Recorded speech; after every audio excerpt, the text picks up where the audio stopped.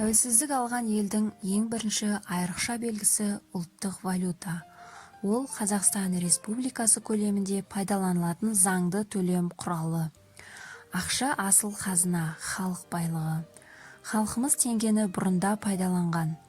Ерте замандарда теңгелерді Түркістан, Тараз қалаларындағы арнаулы шеберханаларда жасаған. Ұлттық валютамыз Қазақстан Республикасы президентінің 1993 жылғы 12 қарашадағы жарлығы мен 1993 жылы 15 қараша күні енгізілді. Қазақстан теңгесі Англияда басылды. Ұлттық теңгеміздің шеттері қазақтың ою-өрнектері мен безендірілген. Бірінші бетінде қазақ халқының әйгілі ұлы тұлғаларының бейнелері басылса, екінші бетінде ою-өрнектер, табиғат көріністері бейнеленіп, ел таңбамыз салынған. Теңгенің 16-ға жуық құпия қорғанысы бар. Ұлттық валютамыздың дизайнын жасаушы авторлық топтың жетекшісі Тимур Сүлейменов болды. Теңге біздің дербес ел болғанымыздың белгісі.